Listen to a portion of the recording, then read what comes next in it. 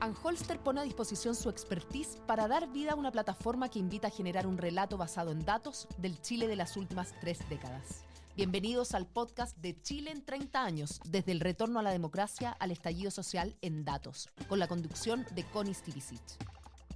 ¿Cómo están? Bienvenidos, gracias por acompañarnos. Partimos hoy día de nuevo un nuevo capítulo del podcast Chile en 30 años, esta plataforma creada por Anholster para exponer información y estadísticas que permitan generar un relato basado en datos del Chile de las últimas 3 décadas. Hoy día vamos a hablar de un tema, alguien puede decir, un tema complejo, un poco árido, pero paremos un poco porque de verdad es bien importante, tanto para la economía como para la estabilidad del país. La deuda pública. Estamos para conversar de esto con Germán González, que es vicepresidente del Consejo Fiscal Autónomo. Ojo, Consejo Fiscal Autónomo, que es una entidad que da cuenta también de la relevancia del tema, ¿verdad? Una entidad relativamente nueva en nuestra institucionalidad y que tiene carácter autónomo, justamente por la importancia que tiene la mirada y las recomendaciones que da. Y además, Germán también es coordinador macroeconómico de CLAPES UC. ¿Cómo estás? Bienvenido. Hola Connie, ¿cómo estás? Muy buenos días y saludos a todos quienes nos escuchan. Muchas gracias por acompañarnos. Hagamos una mirada, Germán, primero, ¿qué es la deuda pública? Para entender y para que todos se conecten rápidamente con lo que estamos hablando. Bueno, la deuda pública es una de las fuentes de financiamiento del gasto público, ¿verdad? O sea, nosotros sabemos que todos los años se hace un presupuesto de la nación en el cual el gobierno, ¿verdad?, va al Congreso entre los meses de septiembre y noviembre, señalando cuál es el nivel y cuál es la composición del gasto público que va a haber el año siguiente. Pero adicionalmente, tiene que decir cada gobierno cómo se va a financiar ese gasto público. La principal fuente de financiamiento son los impuestos, ¿verdad? Cerca del 80% de los ingresos fiscales son impuestos. Y muchas veces, ¿verdad?, con los impuestos y con los ingresos fiscales no alcanza para financiar todo el gasto público que está presupuestado, y por lo tanto la diferencia debe financiarse con emisión de deuda. Igual que una familia, ¿verdad? El gobierno tiene que endeudarse si es que los ingresos no le alcanzan para el gasto que tiene.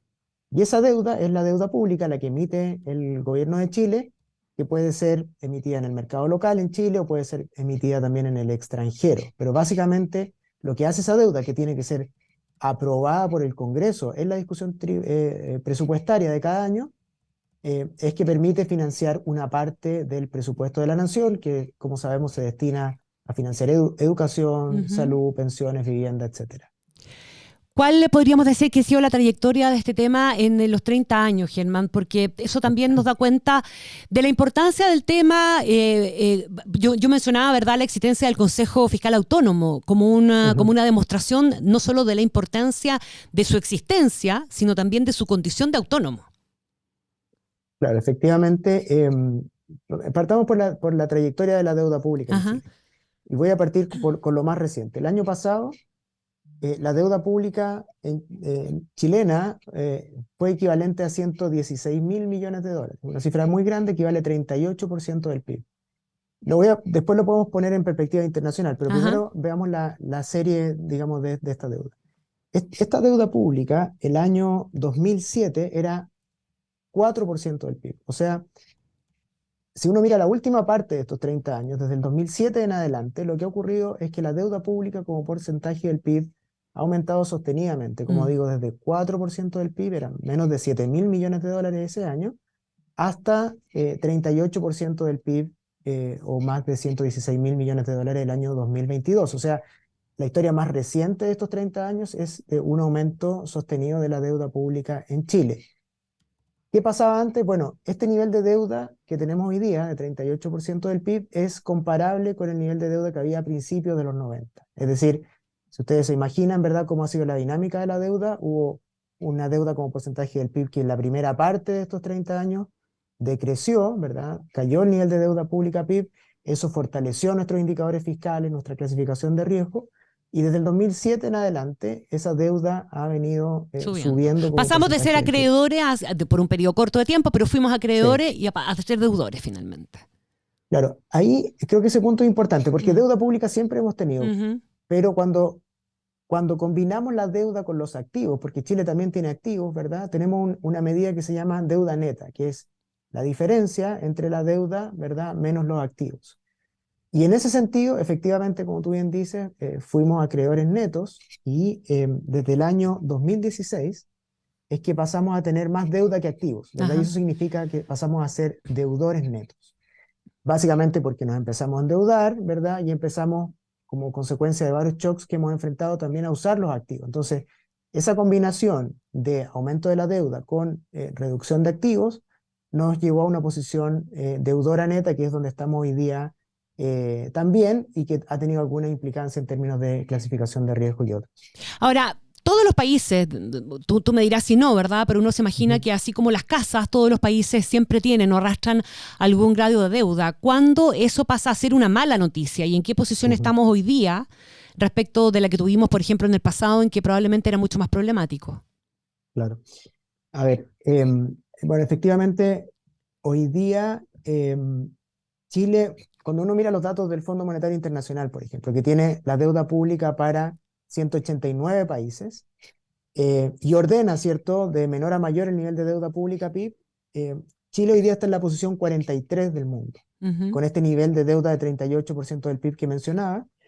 Y para tener alguna métrica de qué es el resto del mundo, el promedio del mundo es 62% del PIB. O sea, quiero decir que todavía tenemos un nivel de deuda que es relativamente bajo en comparación internacional.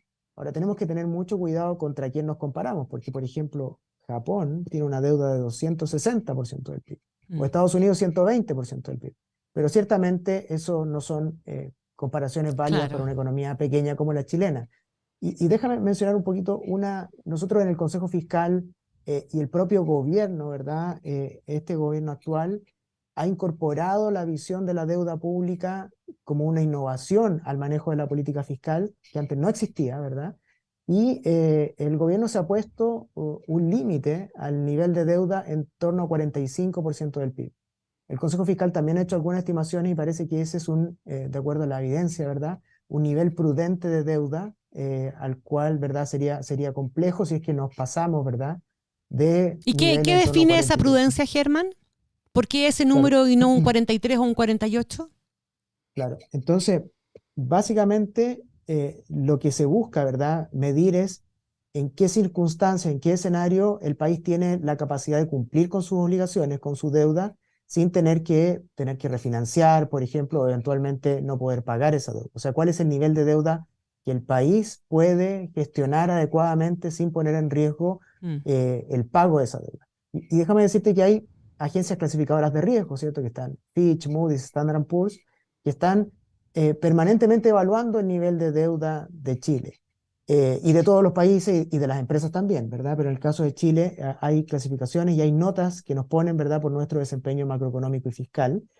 Y, por ejemplo, tenemos la evidencia de Colombia, que hace un par de años atrás perdió lo que se llama el grado de inversión, que es tener, ¿verdad?, una categoría superior en el manejo de la deuda y de las finanzas públicas. Y eso, ¿verdad?, es un cambio bien drástico en el sentido de que el costo financiero para el Estado empieza a ser creciente una vez que se pierde el grado de inversión. Nosotros no queremos llegar allá, por supuesto, no nos gustaría, porque básicamente eso se traduce en un mayor costo de financiamiento, no solo para el Estado, sino que también Para las para personas. las empresas y para Y las para las personas, última personas, línea, efectivamente. exacto. Sí. Hablemos un poquitito de eso, porque aquí este es un tema que puede parecer tan distante para mucha gente, pero al final del día esto se traduce en el costo del crédito para las personas.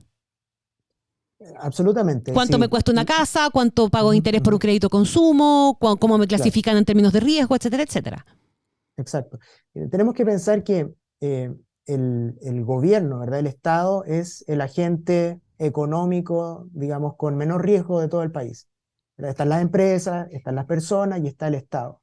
Entonces, el costo de financiamiento del Estado le pone una suerte de piso al financiamiento de las empresas y de las personas. Ujú. Por lo tanto, si las tasas de interés a las cuales puede acceder el Estado son bajas, bueno, eso también significa que el país, ¿verdad?, está ordenado y eso facilita el acceso y el costo de financiamiento a los bancos, a las empresas y a última línea a las personas. Por eso es importante mantener este orden fiscal, mantener la deuda en niveles prudentes, porque de esa forma, ¿verdad?, se puede tener un menor costo de financiamiento finalmente y eso nos permite acceder, por ejemplo, como tú bien decías, a viviendas, ¿verdad?, créditos de largo plazo, digamos, y eso al final permite tener mejores estándares de vida. Los países que no tienen acceso a crédito hipotecario de largo plazo, la vida realmente se hace mucho más compleja. En términos de relevancia, uno escucha mucho hablar de responsabilidad fiscal y de la importancia, tanto, ¿verdad?, que estamos debatiendo si la llevamos, ya se llevó al anteproyecto constitucional el tema de la responsabilidad fiscal, se ha transformado en ley, existen ustedes como un órgano autónomo, el Banco Central tiene autonomía, ¿verdad? Las atribuciones del Ministerio de Hacienda para tomar decisiones pocas veces son puestas en duda. ¿En qué momento nos dimos cuenta de que esto requería este grado de autonomía, de responsabilidad, de reglas claras, de transparencia y de compromiso como país, dirías tú? Porque es un hito, esto no pasa de un minuto para otro, sino que hay una convicción que se instala y hay medidas que hemos ido adoptando en el tiempo que solo la han fortalecido, incluso la han rigidizado, si tú quieres, pero a favor de. Por supuesto. Claro, bueno, está primero respecto de los efectos y las ventajas de ser fiscalmente responsable, está lo que comentábamos de las tasas de interés, pero también creo que es bien importante que la responsabilidad fiscal ha sido lo que nos ha permitido responder, ¿verdad?, con aumento del gasto, bajas transitorias de impuestos, con ayudas a las familias más necesitadas en las crisis que hemos enfrentado, en la pandemia, por cierto, también en la crisis financiera internacional. Y hay una cosa también que es bien importante, que si es que somos fiscalmente responsables, podemos darle seguridad, ¿verdad?, a las familias de que las ayudas, que la política social va a ser sostenible en el tiempo y que no nos vamos a quedar sin recursos para financiarla. Entonces eso da certeza también a los hogares, ¿verdad?, a los mercados, por cierto, pero también a los hogares, a las empresas, etc. Respecto de en qué momento nos dimos cuenta y cómo ha ido cambiando esto, yo creo que un hito muy importante es el surgimiento de la regla fiscal de balance estructural el año 2001, Claro. ¿verdad?, cuando estaba el ministro Nicolás Izaguirre y Mario Marcel como era director de presupuesto. presupuesto. Exactamente, ahí parte esta nueva forma de hacer política fiscal basada en ingresos estructurales o de largo plazo, ¿verdad?, aislando el componente cíclico del gasto público. Y ese es como un primer hito, solo para mencionar algunos. En 2006 está la Ley de Responsabilidad Fiscal, que crea los fondos soberanos, el Fondo de Estabilización Económica y Social y el Fondo de Reserva de Pensiones, que es donde acumulamos los recursos, por ejemplo, del superciclo del cobre de principios de los 2000, ¿verdad?, y que fue lo que nos permitió tener ahorros para enfrentar la crisis financiera internacional, la pandemia, ¿verdad?, que han sido dos grandes shocks que hemos tenido desde entonces. Y después, bueno, otro hito que tú has mencionado es la creación del Consejo Fiscal. Este consejo fue primero propuesto, para que veamos que esto tiene una historia larga, en 2011, por un comité de expertos que estaba presidido por Vittorio Corvo, ¿verdad?, mirando la evidencia internacional. Había un grupo grande de economistas que revisaron el marco fiscal chileno y propusieron la creación de un consejo fiscal. El primer consejo se creó en 2013, pero fue por decreto, ¿verdad?, y no cumplía con todos los estándares, pero fue el primer paso de crear una institucionalidad que velara, que fuera una contraparte del Ministerio de Hacienda, que hasta ese momento, ¿verdad?, tenía sus datos, su información, y no tenía ningún contrapeso, ¿verdad? Y aquí con esto se crea una suerte de contrapeso, y esto se formaliza con la ley del Consejo Fiscal Autónomo que se envía al Congreso el año 2018 y se aprueba el año 2019. Definamos cuáles son los grandes desafíos que crees tú tenemos aquí por delante. Yo me imagino que una cierta tensión es inevitable cuando estamos en medio de un proceso constitucional, ¿verdad? Fue durante el ejercicio de la convención pasada con la propuesta, pero eso ya fue rechazado, pero hoy día tenemos de nuevo el debate puesto sobre la mesa. ¿Qué desafíos son los que se imponen en este ámbito en particular, Germán González? A ver, yo creo que, bueno, como país seguimos teniendo muchas carencias, muchas necesidades en distintos ámbitos, ¿cierto? Necesitamos mejorar pensiones, necesitamos tener una mejor salud pública, tenemos déficit de vivienda, digamos en una serie de ámbitos, ¿verdad? En la política social, esas políticas para implementarse requieren recursos. Y esos recursos, ¿verdad?, si no están disponibles, simplemente es muy difícil, ¿verdad? Porque como hablábamos de la deuda pública, la deuda pública no se puede usar para financiar gastos permanentes, ¿verdad? Digamos, ese mantra que se repite muchas veces de que solo ingresos permanentes sirven para financiar gastos permanentes es algo válido, ¿verdad? Algo correcto desde el punto de vista técnico, y por lo tanto la deuda pública no es la solución para financiar demandas permanentes como pensiones, salud o educación, ¿verdad? Mejoras en esos ámbitos. Y por lo tanto tenemos una tensión permanente de cómo respondemos a esas necesidades que tiene el país si es que no tenemos los recursos, ¿verdad? Y desde el punto de vista de la estabilidad fiscal, en el Consejo hemos, digamos, evaluado permanentemente los riesgos fiscales que enfrenta el país. Y uno de ellos es que, digamos, que exista la tentación de financiar gastos permanentes con ingresos que no son permanentes. Claro. Eso nos llevaría o nos podría llevar, ¿verdad?, a una situación fiscal insostenible, en la cual la deuda pública no se estabilice por debajo de 45% del PIB, sino que siga creciendo en el tiempo, ¿verdad? Y eso, algo que no he mencionado acá, tiene un impacto sumamente directo, digamos, en la economía y en la gente, que es que por la deuda tenemos que pagar intereses, ¿verdad? Y hoy día, la deuda no es gratis, obviamente, ¿cierto? Claro. Hoy día, ya este año, en estos tiempos, ¿verdad? Pagamos anualmente 3.000 millones de dólares en intereses de la deuda. Y cualquier escenario que nos lleve a aumentar la deuda pública, ya sea porque no se cierra el déficit estructural o porque se comprometen gastos sin fuentes de financiamiento permanente, nos llevaría a un aumento de la deuda pública adicional al que ya hemos tenido, pero también a un aumento del gasto en intereses, que son recursos que no están disponibles para financiar otras políticas sociales, ¿verdad? Y tendríamos que destinar principalmente a pagar, ¿verdad?, el costo de esa deuda. Entonces, hay que tener mucho cuidado con eso y ser responsables porque el orden fiscal que hemos tenido en los últimos 30 años es un gran activo del país y creemos que hay que seguir resguardando. Quiero agradecerle a Germán González, vicepresidente del Consejo Fiscal Autónomo y coordinador también macroeconómico de CLAPES UC, por haber conversado con este podcast hoy. Que estés muy bien. Un abrazo. Muchísimas gracias. Gracias a ustedes por la invitación. Chao, chao. La invitación también es a seguir conectados y visitar el sitio www.decidechile.cl/los30. Anholster pone a disposición su expertise para dar vida a una plataforma que invita a generar un relato basado en datos del Chile de las últimas 3 décadas. Bienvenidos al podcast de Chile en 30 años, desde el retorno a la democracia al estallido social en datos, con la conducción de Connie Stivicic.